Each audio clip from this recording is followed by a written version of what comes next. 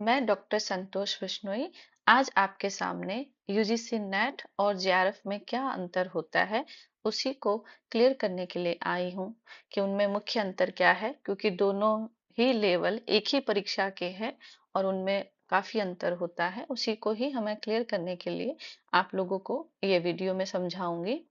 सबसे पहले दोनों को समझने के लिए आप अलग अलग समझिए कि यूजीसी नेट क्या है। यूजीसी नेट का पूरा नाम University Grant Commission National Eligibility Test है। यदि आप नेट को क्वालिफाई कर लेते हैं तब आप कॉलेज में या यूनिवर्सिटी में असिस्टेंट प्रोफेसर के लिए पात्र हो जाते हैं।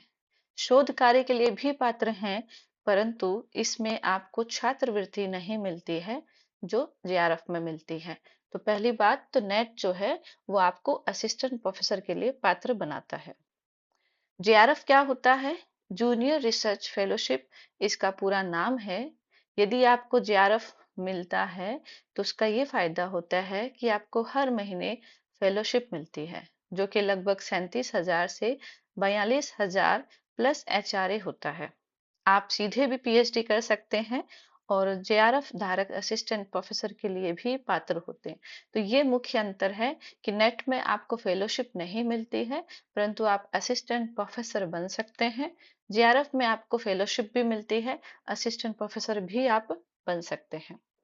मुख्य अंतर कुछ बिंदु के आधार पर मैं आप लोगों को समझाना चाहूंगी कि एक ही परीक्षा है, दोनों में अलग अलग स्तर होता है।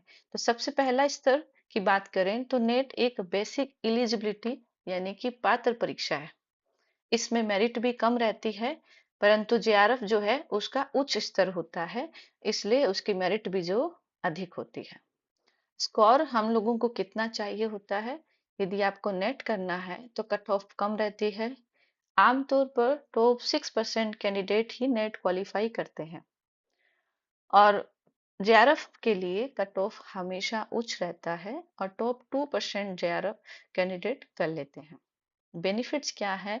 यदि आप नेट क्वालिफाई करते हैं तो आप पात्र हो जाते हैं, जो कि पात्रता परीक्षा है, और जेआरएफ के साथ आपको फेलोशिप भी मिलती है और पीएचडी करने का आपको अवसर प्राप्त होता है। आपको आगे करियर के लिए क्या लाभदायक है नेट और जेआरएफ में? तो केवल शिक्षण में उपयोगी होता है नेट, कि आप असिस्टेंट प्रोफेसर डायरेक्ट बन सकते हैं। जेआरएफ से आपको शिक्षण के साथ साथ शोध में भी आपको उपयोगी होता है। तो ये कुछ मुख्य बिंदु हैं। आइए आगे बात करते हैं कि इस एक ही परीक्षा के कट ऑफ कैसे तय करें। कि कुछ विद्यार्थियों को जेआरएफ मिलता है, किसी को नेट के लिए, तो वो कट ऑफ कैसे तय होती है? क्योंकि ये एक ही साल में 2 बार आयोजित होता है, तो कट ऑफ हर साल अलग अलग होता है। वो 3 चीजों पर निर्भर करता है कि पेपर कितना कठिन था, कितने विद्यार्थी उस परीक्षा में बैठे थे, और किस तरह की कैटेगरी में विद्यार्थी हैं, कि सामान्य है, ईडब्ल्यूएस है, ओबीसी, एससी, एसटी। तो इनमें सभी में जो है कट ऑफ के हिसाब से नेट जो कट ऑफ होती है वो अलग अलग रहती है। नेट और जेआरएफ के लिए आयु सीमा की बात करते हैं। यदि आपको नेट का एग्जाम देना है या पीएचडी प्रवेश के लिए आपको ये परीक्षा देनी है तो कोई भी आयु सीमा नहीं होती। बस आपको एमए में 55% के साथ आपको उत्तीर्ण होना चाहिए, यही आपकी बेसिक क्वालिफिकेशन होती है।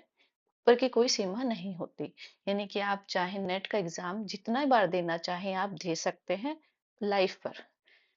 जेआरएफ के लिए उम्र की सीमा तय होती है, उससे ऊपर इंसान जो है जेआरएफ की परीक्षा में नहीं बैठ सकता।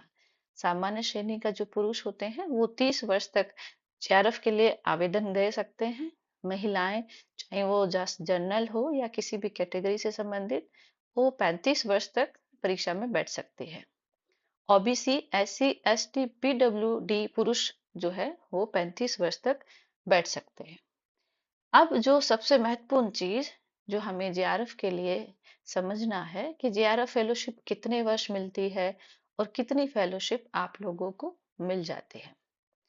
नेट जेआरएफ की जो फेलोशिप है वो आपको 5 साल की अवधि तक मिलती है, जिसमें पहले 2 साल को आपको जेआरएफ कहते हैं और अंतिम 3 साल को एसआरएफ बोलते हैं। पहले 2 साल जूनियर रिसर्च फेलोशिप जिसमें आपको 37,000 प्रति माह प्लस HRA यानी कि हाउस रेंट प्लस 10,000 रुपये कंटिजेंसी ग्रांट पर ईयर आपको मिलती है, ये 2 साल तक। उसके बाद आपका रिसर्च अच्छा रहता है तो आगे के 3 साल के लिए आपका JRF जो है वो SRF में कन्वर्ट हो जाता है, अपग्रेड हो जाता है। तब आपको प्रति माह यानी कि पर मंथ 42,000 रुपये प्लस HRA और 20,500 रुपये कंटिजेंसी ग्रांट मिलती है।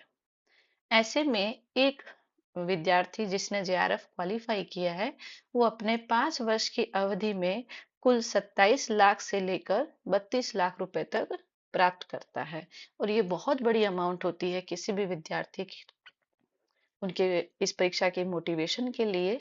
तो मेरा मानना है कि आपको काफी चीजें क्लियर हुई होगी, और मैं चाहूंगी कि आगे के वीडियो में भी मैं आप लोगों को इसी तरह की जानकारी दूं ताकि आपको किसी तरह का कोई कंफ्यूजन ना रहे। धन्यवाद।